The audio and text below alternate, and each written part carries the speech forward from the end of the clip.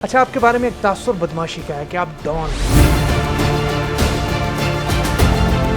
मेरे इलाके में 0 रेशियो है रेप की। एक केस निकाल के दिखाना मेरे थाने से। क्यों नहीं लोग करते हमारे डर।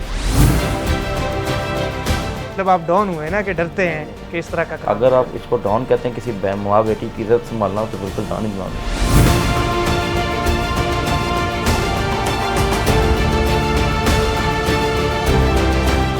मेरे इलाके में डकैत नहीं है, मेरे इलाके में चोर नहीं है, मेरे इलाके में अगवा बड़े तवान नहीं है, चेस्ट पाउडर में बिकने नहीं देता। के साथ कितनी डबल कैबिन गाड़ियाँ चलती हैं? पहले दोस्तों यारों की चलती थी, जब तक ये डाला कल्चर बंद किया ऑर्डर नहीं। गवर्नमेंट की इज्जत करता हूँ, यही तो मेरा मजा है, इसे तो मेरी इज्जत है। अच्छा, आपकी हिफाजत पर पहले वैसे कितने गार्ड मौजूद होते काफ़ी। हैं और आपकी आमदन के वैसे इस वक्त जराए क्या हैं? सिर्फ प्रॉपर्टी है। आपका सियासत में आने का मकसद? बस मौलाना साहब से एक मोहब्बत सी होगी। कि आप सीसीडी की वजह से एक सियासी जमात में शामिल हैं? देखें ये ज़बान और लैंग्वेज ये नहीं कि ओपन ऐसे बैठ जाओ। एस्टेब्लिशमेंट के बारे में आपके बारे में बहुत कहा जाता है कि आप वहाँ पर बड़े अच्छे ताल्लुकात हैं। उन्होंने मना नहीं किया कि आप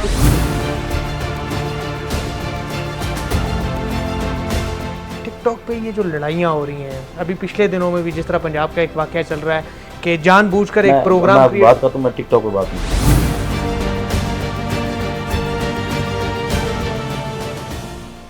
मैं आपको डॉन कहूँ, सियासतदान कहूँ या फिर सोशल मीडिया पर सोशल मीडिया का स्टार, ये मैं आज आप ही से जानता हूँ, आप ही से बात करता हूँ। हमारे साथ मौजूद है खित्ता पोटोहार की एक मारूफ शख्सियत फ़ारूक खान खोखर। आपका बहुत शुक्रिया, आपने अपना कीमती वक्त आज आपको शुक्र जी। शुरू हम करते हैं आपके बावजदाद से। आपके दादा अल्लाह दिता खोखर वो रावलपिंडी और इस्लामाबाद में उनकी बड़ी ज़मीनें थी और कहा जाता है कि सदर अयूब खान के ने जब फैसला किया कि मारगल्ला के दामन में पाकिस्तान का दारुल हुकूमत बनाया जाए, जो पहले कराची था, तो आप लोगों की ज़मीनें मिट्टी जो थी वो सोने के भाव में फ़रोख्त हुई। और कहा जाता है कि इस्लामाबाद का एयरपोर्ट भी आप लोगों की ज़मीन पर था और उसका आपको एक वक्त तक रेंट आता था। तो ये रेंट कितना आता था आप लोग? ये कुछ ज़्यादा रेंट नहीं था, सरकारी रेंट था। हम जो एयरपोर्ट था ना, ये हमारे इलाके के और भी लोग, हमारा भी बीच में ज़मीनें, ये उस पर बना फर्स्ट एयरपोर्ट, ठीक है। तो उसमें सरकारी रेंट आता था मेरे दादा के अकाउंट में। मैं तो दोबारा केस ही नहीं किया, लड़ा ही नहीं, लेकिन कम था, हज़ारों में था। मतलब मुझे कंफर्म नहीं पता, दादा के टाइम आता था। नहीं अब नहीं आता, अब कभी सोचा ही नहीं, टाइम ही नहीं मिला, केस नहीं किया। लेकिन वहाँ पे मैंने ख़रीदारी मैंने वो की। जो अंदर एयरपोर्ट में ज़मीनें हैं ना, वो मेरे पास हैं अभी भी हैं आपके अभी पास? भी हैं जी, बिल्कुल। उसके फ़र्ज़ हैं, हर चीज़ मौजूद है। तो उन ज़मीनें खाली पड़ी हैं या उस पर कुछ कारोबार कर रहे हैं? नहीं नहीं, वो एयरपोर्ट के अंदर है ना। अच्छा, एयरपोर्ट का जी, वो रनवे है। अच्छा, रनवे, उसमें आपकी ज़मीनें अभी भी आपके नाम पे है। आप किसी भी वक्त मतलब रनवे ले सकते हैं? नहीं रहना के हम उस पर केस कर सकते हैं, कभी नुकसान नहीं किया हमने, मेरा नहीं। मैं कहता हूँ हमारे इलाके के और भी काफ़ी लोग हैं जिनकी वहाँ ज़मीन है, क्योंकि हमारा वो इलाका है, गांव है, मेरी यहीं पैदाइश, यही मेरा गांव है। अच्छा, आपके बारे में एक तासुर बदमाशी का है कि आप डॉन हैं, इसमें कितनी सदाकत है? नहीं, सदाकत नहीं है, क्योंकि अब सियासी का है ना, अब तो मैं सियासी हूँ। बात यह है, देखें ना, मेरे इलाके में यहाँ पे लिखे, मेरे इलाके में 0 रेशियो है रेप की। एक केस निकाल के दिखाना मेरे थाने से। क्यों नहीं लोग करते हमारे डर से। मतलब आप डॉन हुए ना कि डरते हैं कि इस तरह का काम। अगर आप इसको डॉन कहते हैं किसी माँ बेटी की इज्जत संभालना तो बिल्कुल डॉन ही बना लो। मेरे इलाके में डकैत नहीं है, मेरे इलाके में चोर नहीं है, मेरे इलाके में अगवा बड़े तवान नहीं है, चेस्ट पाउडर में बिकने नहीं देता। तो इसको अगर डॉन कहते हैं पाकिस्तानी अल्फाजों में तो डॉन कहते हैं।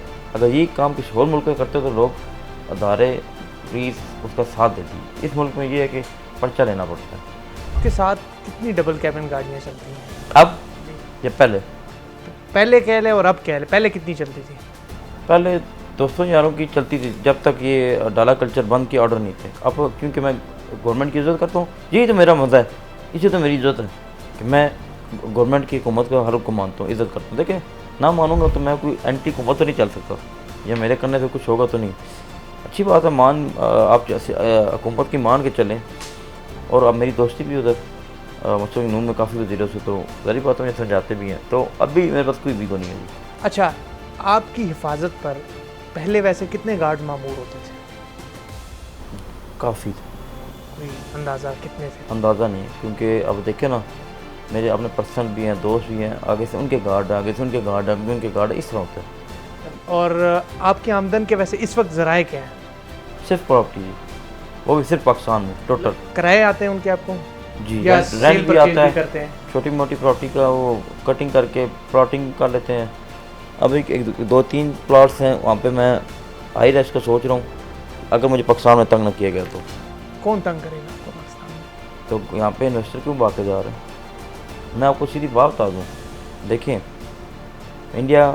मैं इंडिया को खुलेआम धमकी देता हूँ, इसमें कोई दो राय नहीं हो, इसमें एक ज़्यादा सवाल कर लिएगा। पाकिस्तान में अगर मैं तंग किया जाता तो इंडिया नहीं हंसेगा कि आप एक उसको तंग कर जो यहाँ का जो हमें तंग कर रहा था, ये जो मैं हंसेंगे ना। तो मेरी आमदन का ज़रिया सिर्फ पाकिस्तान है, लेकिन आप बताएं पाकिस्तान में रह कौन गया इन्वेस्टर, इसका नाम ले लेना। कि एज टोटल कितनी है और आप कितना साल जेल में रहे? 88 की मेरी पैदाइश है जी। तो मतलब 34-35 के करीब आपकी एज है, तो कितना साल आप जेल में रहे? मिक्स करके 10 साल आप जेल में रहे? मिक्स करके, मिक्स मतलब बीच बीच में मुख्तलिफ वक़ुआत में, तो वो जो केसेस थे आप पर, उनसे आप बरी हो गए हैं? अल्हम्दुलिल्लाह सब केसों में बरी हूँ, सब पे एक दिन भी सजा नहीं होगा, आज तक कैद ही नहीं रहा मैं। मतलब आप तमाम केसेस से बरी हो गए हैं? अल्हम्दुलिल्लाह। अच्छा, अब आप सियासत में आ चुके हैं और कोई भी इंसान किसी ना किसी मकसद के लिए सियासत में आता है। आपने पाकिस्तान की एक बड़ी मजहबी पार्टी का इंतखाब किया, आपका सियासत में आने का मकसद क्या है? अब पता नहीं इस पर लोग यकीन करते हैं नहीं करते हैं, बस वो मुझे जहनीत तो ये नहीं था कि सियासत का। मैं हर इंटरव्यू में कहता रहूँ कि हो सकता है, मतलब कभी जहन नहीं बना, बस मौलाना साहब से एक मोहब्बत सी होगी जी। जब मोहब्बत में आप आए हैं? हाँ, पहले मोहब्बत में आए थे। आप चेक करा लें, पूछ लें कि मेरी पहली मुलाकात में कोई हमने टाइम नहीं दिया, कोई हमने इंट्री की बात नहीं की, कोई नहीं कहा कि मुझे शामिल कर लें। पहली मुलाकात का हाल आप मौलाना साहब से कभी पूछ लीजिएगा। उसमें और भी हमारे बैठे थे, मिनिस्टर बैठे थे, MPA बैठे थे, मैंने सेंटर्स बैठे थे। आप उनसे पूछ लीजिएगा कि मैंने कोई बात नहीं की, मुलाकात की और चला गया। अच्छा, हमने शमूलियत की बात की, आजकल बड़ा कहा जा रहा है कि लोग CCD के डर से भाग रहे हैं, और आपके बारे में भी सोशल मीडिया पे ये बड़ा तासुर पाया जा रहा है कि आप CCD की वजह से एक सियासी जमात में शामिल हुए। देखिए, CCD हमारा अपना महकमा है हमारे मुल्क का, वो लोगों के कहने पे नहीं चलता। एक बंदा जिस बाहर बैठे रिपोर्टर, मैं उसकी थोड़ी निशानी दे दूँ, रिपोर्टर देखे ना पाकिस्तान में जो तस्दीक करते हैं, आप में से कुछ सवाल पूछेंगे तो तस्दीक करेंगे कि मैं सच बोल रहा हूँ झूठ बोल रहा हूँ। एक जिसका रिपोर्टर है वो पाकिस्तान कभी आया ही नहीं, गंजा सा, वो कहता है इसको कट दो वट दो, फ़र्क होता CCD को तब मानेंगे जब फ़र्क को मार दें। देखें, ये ज़बान और लैंग्वेज, ये महकमा किसी की कहने पे नहीं चाह रहा, ये अपनी प्रोफाइल चेक करता है कि बंदा पाउडर बेच रहा है, चस बेच रहा है, ये रेप में मुलव्वस है, ये केस में मुलव्वस है। मेरे जो एक 4 पेज जिसमें मेरे पर्चे लिखे हुए हैं, लोगों को तो इतनी समझ नहीं है ना, भजन पर्चे तो पाकिस्तान में झूठे होते हैं, ठीक है। हमारी गवर्नमेंट नहीं थी, जब गवर्नमेंट गई, अब देखना 2012 के बाद के पर्चे होंगे। जैसे 1188 लग गया, लोगों को समझ नहीं है 1188 क्या है। 1188 तो गुड़ा उड़ाने पर भी लगता है। मुझे लगा था फ्री मेडिकल कैम्प में, एक लगा था मुझे हवालात में, मुझे जनमाज और मेरा पानी बंद कर दिया था, ये ठीक है। मुझे सारे केसों में जजों ने बरी किया, मैं एक दिन भी सजा याफ्ता नहीं हूँ, एक 1 डे भी। हाई कोर्ट से बरी, सुप्रीम कोर्ट से बरी अल्हम्दुलिल्लाह। यानी कि फिर अदालतें को आप जो जुटला रहे हैं, अदालतें अदली आज़ाद है, मैं एक केस में सजा नहीं हूँ, तो झूठे केस बनाना पाकिस्तान में कोई नई बात नहीं है। मेरे जितने पर्चे चल रहे हैं सब झूठे हैं। आपके ख़ानदान ने सारी ज़िंदगी पीपल्स पार्टी से वफादारी निभाई, उसका कोई अजर मिला आपको? बिल्कुल मिला, हम गिला नहीं करेंगे, ये नहीं कि अजर क्यों नहीं मिला। दारी साहब ने देखें, गिला नहीं है, कोई गिला नहीं है? नहीं, मुझे दादारी से कोई अभी भी कोई गिला नहीं, मेरे बड़े हैं। इस्टेब्लिशमेंट के बारे में, आपके बारे में बहुत कहा जाता है कि आपके वहाँ पर बड़े अच्छे ताल्लुकात हैं। उन्होंने मना नहीं किया कि आप इस मजहबी जमात में ना जाए या फ़लानी जमात में जाए? एक छोटा सा मैं जवाब आपको लाजमी दूंगा। देखिए, अगर मेरे आर्मी से तल्लक है, ठीक है, तो ये मेरे पाकिस्तान की आर्मी है, ये कोई इंडिया की आर्मी तो नहीं है ना। आपको गिला तब बनना जब मेरी इंडिया की आर्मी से तल्लक हो। ये मेरा पाकिस्तान है। मुझे समझ नहीं आता कि लोग बड़ा डर के ना इस चीज़ पे या घबरा के बताते हैं। तो भाईजान, ये पाकिस्तान की आर्मी है ना, हमारी अपनी है, फराई तो नहीं है ना, इंडिया की आर्मी तो नहीं है ना, जो मेरी अपनी आर्मी है। उन्होंने बिल्कुल मना नहीं किया। अच्छा, आपके वालिद साहब की कुछ बात करते हैं। आपके वालिद साहब जब गॉर्डन कॉलेज रावलपिंडी में पढ़ते थे, शेख रशीद साहब भी उस कॉलेज में थे, हमारे साबिक army chief general Qamar Javed Bajwa साहब भी वहाँ पर थे, सेनेटर परवेज़ रशीद साहब भी उसमें जो है उस कॉलेज में पढ़ते थे। तो जब आर्मी चीफ थे जनरल कमर जावेद बाजवा साहब, तो आपके उनसे कोई राब्ते होते थे या आपके वालिद साहब के? वालिद साहब के साथ मुलाकातें होती रहती थी, क्योंकि आर्मी की खुफिया भी होती रहती थी, सारी मुझे नहीं पता, जाहिर बात है। वो अपनी गाड़ी में भी जाते थे, वो भी आते थे, हमारे डेरे पे मूवमेंट लगी रहती थी, क्योंकि जाहिर बात है आज तक उन्होंने मेरे वालिद को नहीं तंग किया, ना मुझे तंग किया। तो आपका अब कोई राब्ता है उनसे? बाजवा साहब से जी नहीं, मेरी आखिरी आज पे मुलाकात हुई थी, आज पे मुलाकात हुई। बाकी अच्छा तलक शुरू से रहा है, जैसे कैनी साहब से रहा है, अल्हम्दुलिल्लाह सारों से अच्छा रहा है, लेकिन हमने कोई गलत ऐसा पाकिस्तान के खिलाफ गए नहीं ना। अच्छा, डेरा ताजी खोकर, आसिफ जरदारी, नवाज शरीफ, शहीद मोहतरमा बेनज़ीर भुट्टो समेत बड़ी अहम शख्सियात आती रही, वो किस लिए आते थे? देखें, कुर्बानियाँ बड़ी थी, उस टाइम सोशल मीडिया नहीं था। बीबी शहीद का एक वाक़या कि किसी ने उनके सर पे हाथ रखा ना स्टेज पे, अगर मैं गलत हूँ तो थोड़ा सा करेक्ट कर देगा। उन्होंने कहा मेरी बेटी, उन्होंने इससे हाथ उठाया, उनसे कहा कुरमा बेटी भुट्टो क्यों सिर्फ। बाकी वो दिलेर औरत थी। मैं जब मेरे घर आई ना, हमारे घर अंदर, मैं छोटा सा मैं आपको तस्वीर शेयर कर दूँगा, आपके साथ चला भी देगा। मैं सारे कज़न खड़े हैं, मेरे वालिद को उन्होंने भाई बनाया हुआ था, उन्होंने मेरे दादा अल्लाह देता का हाथ रख अपने सर पर रखा कि मैं आपकी बेटी हूँ, हालांकि वो हाथ रखने नहीं देती। तो बीबी शहीद आई क्योंकि हम लोग उसमें शामिल थे। मेरे वालिद साहब कश्मीर पकड़े गए, उसके बाद कश्मीर में बड़े हमारी दोस्ती है, बड़ा साथ दिया। बाद में मेरे वालिद साहब उनके पीछे कोई 100 दफ़ा जेल गए, बेइंतहा। जो लोग कहते हैं ना 40 साल रहे, 50 साल रहे, वो सियासी केसों में रहे जी। 3 MPO में कभी बंद, कभी किस में बंद। वालिद साहब ने बहुत ड्यूटी दी जरदारी साहब के साथ, जितनी वफा निभा सकते थे भाई मरते दम तक। पीपल्स पार्टी के साथ इतनी मोहब्बत थी, जब JUI में शामिल हो रहे थे तो उन्होंने नहीं कुछ कहा कि आप ना जाएं, हमारे पास आएँ?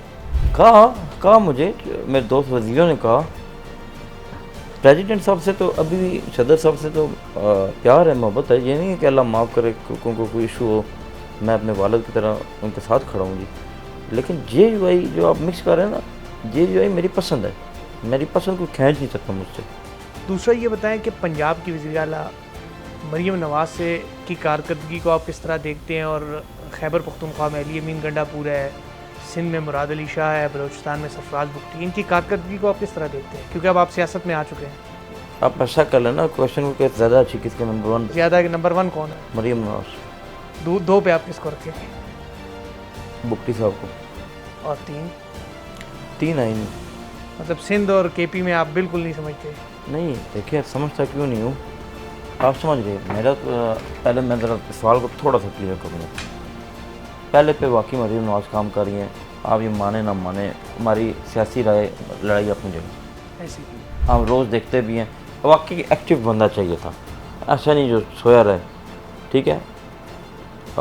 सेकंड पे मैं बुख्ती साहब को इसलिए कह रहा हूँ, मरीम नवाज़ इसलिए कह रहा हूँ फर्स्ट पे कि वाकई एक्टिव है, इसमें कोई शक नहीं है, आप हर टाइम देखेंगे एक्टिव है। सेकंड पे मैं सरफराज बुख्ती साहब को इसलिए कह रहा हूँ कि उस वहाँ के हालात नहीं ठीक, वहाँ पे हालात नहीं ठीक, और इस हालात में वहाँ वज़ीर आला रहना, उसको बहुत धमकियाँ मिलती हैं, बड़ा मुश्किल है। वहाँ का जो होता है उसको पता होता है। डाला कल्चर ख़त्म किया है मरीम नवाज़ ने, और पंजाब में वाकई में हुआ भी है, तो इस इक़दाम को आप पहले भी आपने सराहा है और आप समझते हैं कि ऐसा ही होना चाहिए? हाँ, डाला कल्चर था क्या, मैं थोड़ा बता दूँ। ये नहीं कि अगर किसी बंदे ने अपनी ज़ाती वीगो ली है, ये 1 साल लिया, नहीं 2025 आपको टोटा गाड़ी वो चलाने छोड़ दे, टोटा कंपनी के खिलाफ तो नहीं है ना, वो अकेला जा रहा है, कोई ब्यूरोक्रेट है ये वो। डाला कल्चर में जो लोग हथियार ले आते थे, मैं तो पहले इसके खिलाफ हूँ, पीछे बैठे हुए हैं, ऐसे मार रहे हैं मोटरसाइकिल वालों को। डाला कल्चर हथियार लगाने को है। अगर आपका अपना ज़ाती वीगो है, आप काम जा रहे हैं लोरा, आपको क्या लगता है कि आप नहीं लेके जा सकते? डाला कल्चर क्या है? गाड़ी के पीछे डाला रखना और हथियार लहराना। मतलब आप कहते हैं कि डाला कल्चर में हथियार का इस्तेमाल किसी सूरत नहीं होना चाहिए? नहीं, वैसे भी नहीं होना चाहिए था, कसम खुदा की मैं फिर तो इसके खिलाफ था। ये नहीं कि ओपन ऐसे बैठ जाओ, अपना हथियार अपनी गाड़ी के अंदर आप रखो, वो भी परमानेंट लाइसेंस मौजूद है, ठीक है, दुश्मन के लिहाज से रखो। बाकी मैं खैर मकदम करता हूँ इसका, ठीक है, बदमाश खत्म हुए, स्टोरी खत्म हुआ, जिसने ज़मीन बेची एक डाला ले लिया, तो ये बहुत अच्छा हुआ, ये बहुत पहले हो जाना चाहिए। अच्छा, हम इख्तिताम की तरफ जाते हैं थोड़ा। टिकटॉक पे ये जो लड़ाइयाँ हो रही हैं, अभी पिछले दिनों में भी जिस तरह पंजाब का एक वाक़या चल रहा है, कि जानबूझकर एक मैं प्रोग्राम आपको क्रिएट- बात करता हूँ, मैं टिकटॉक पर बात नहीं करूँगा। अच्छा, नहीं नहीं, मैं छोड़ दिया टिकटॉक, मैं सियासत में आ गया। नहीं, उनको क्या मशवरा देंगे कि इस तरह के प्रोपेगेंडे करने चाहिए? किस तरह के? मतलब कोई भी ये जो आजकल टिकटॉक पे एक दूसरे से लड़ते हैं और बाद में सुनाते हैं। मैं शुक्र बयान नहीं दूंगा कुछ और, आएगा कुछ और। चलिए जी, बहुत शुक्रिया, आपने अपना कीमती वक्त हमें दिया। मेहरबानी।